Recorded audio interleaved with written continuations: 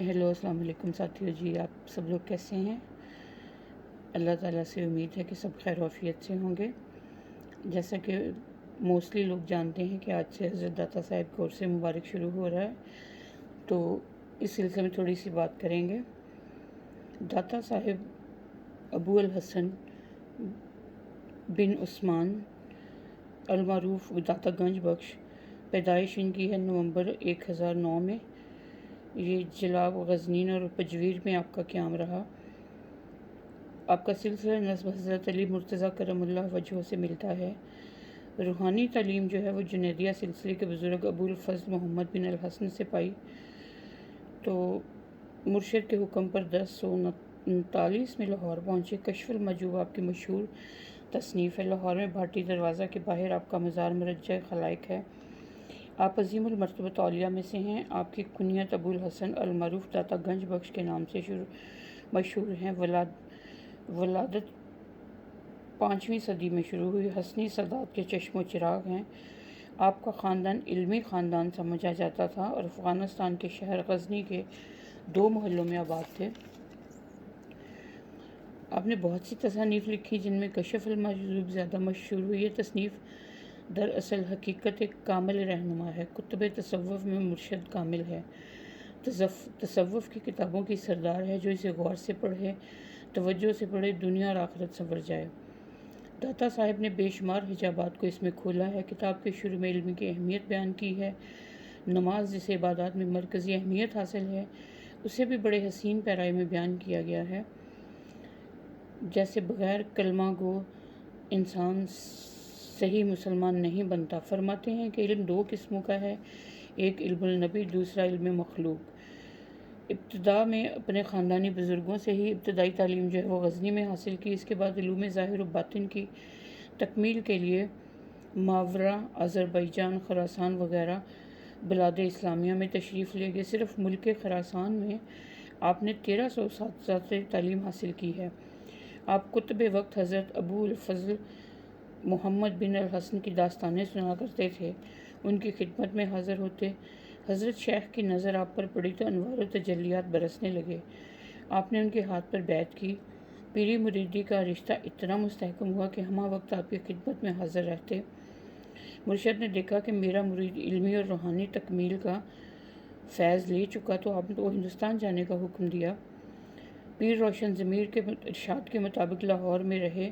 آپ نے ہنگامہ فضیلت و مشیخت گرم کیا۔ دن کو طالب علموں کو تدریس کرتے اور رات کو طالبان حق کو تلقین کرتے۔ ہزاروں جاہل عالم، ہزاروں کافر مسلمان، ہزاروں گمراہ راہبر، ہزاروں فاسق نیکوکار بنے۔ آپ کی روحانی اور اخلاقی شخصیت کا اس قدر اثر تھا کہ سب سے پہلے جو شخص ان کے حلقہ بگوشوں میں شامل ہوا وہ پنجاب کا نائب حاکم رائے راجو تھا، جو بعد میں شیخ ہندی کے نام سے مشہور ہوا۔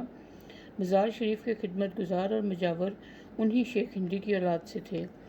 خلق خدا کو مکایات کرنے کے بعد وقت آخر پہنچا اور اپنی جان جان آفرین کو سپرد کر دی۔ اپنی مسجد اور درسگاہ کے قریب ہی دفن ہوئے۔ اس کے بعد سے آج تک فیوز و برکات کا سلسلہ جاری ہے۔ مزار مبارک مرجع خلائق رہتا ہے۔ سلاطین اسلام میں پہلا بادشاہ سلطان مسعود بن ابراہیم آپ کے مزار مبارک کی زیارت کو آیا، پھر اکبر، جہانگیر، شاہ جہاں، دارالشکوہ تک سب آئے اور ہر وقت کا حکمران دربار مقدس کی حاضری سے مستفیض ہوتا تھا، نظر عقیدت پیش کرتا۔ صوفیہ کرام میں سب سے پہلے جس نے مزار انوار کی زیارت کی وہ حضرت معین الدین چشتی اجمیری ہیں۔ ان کے بعد حصول مراد اور وقت رخصت آپ کی شان اقدس میں روضہ کی جانب رخ کر کے انہوں نے یہ شعر فرمایا: گنج بخش فیض عالم مظہر نور خدا، نا کساں را پیر کامل کاملا را رہنما۔ پھر حضرت بابا فرید شکر گنج حاضر بارگاہ ہوئے۔ حضرت لال حسین لاہوری بھی آئے۔ شہزادہ دارالشکوہ کا کہنا تھا کہ 40 جمعرات یا 40 دن کوئی کامل، کوئی پہم ان کے دربار پر حاضری دے تو اللہ سے جو مانگو ملے گا۔ سالوں سے داتا صاحب کی قبر روشن ہے، نام کا ڈنکا بج رہا ہے۔ جو اللہ کے بن جائیں اللہ بھی انہی کا ہو جاتا ہے۔ 26 ستمبر سے ان کا عرس شروع ہوتا ہے۔ عرس میں لاکھوں لوگ شریک ہوتے ہیں، پاکستان سے، باہر سے لوگ بے حد عقیدت اور احترام سے اور داتا صاحب لاہور میں ایک شمع روشن کی طرح جگمگاتے نظر آتے ہیں۔ 24 گھنٹے ان کے دربار پہ ماشاءاللہ رونق، لوگوں کا ایک جمع غفیر ہوتا ہے۔ جمعرات کو خاص طور پہ، جمعے کو خاص طور پہ لوگ داتا صاحب کی جو مسجد ہے اس میں نماز پڑھنا باعث برکت و فضیلت سمجھتے ہیں، جوک در جوک لگ جاتے ہیں، اور بے حد خوبصورت ایک سما بنجا ہے داتا صاحب کے دربار پر، اور لنگر 24 گھنٹے ان کا کھلا ہے۔ دنیا وہاں سے جاتی ہے اور کھاتی ہے، اور داتا صاحب بانٹتے ہیں لوگوں کو اللہ کے فضل سے، اللہ کے کرم سے۔ تو داتا صاحب کا ایسے ہی جگمگاتا رہے، لوگ ان سے فیض یاب ہوتے رہیں۔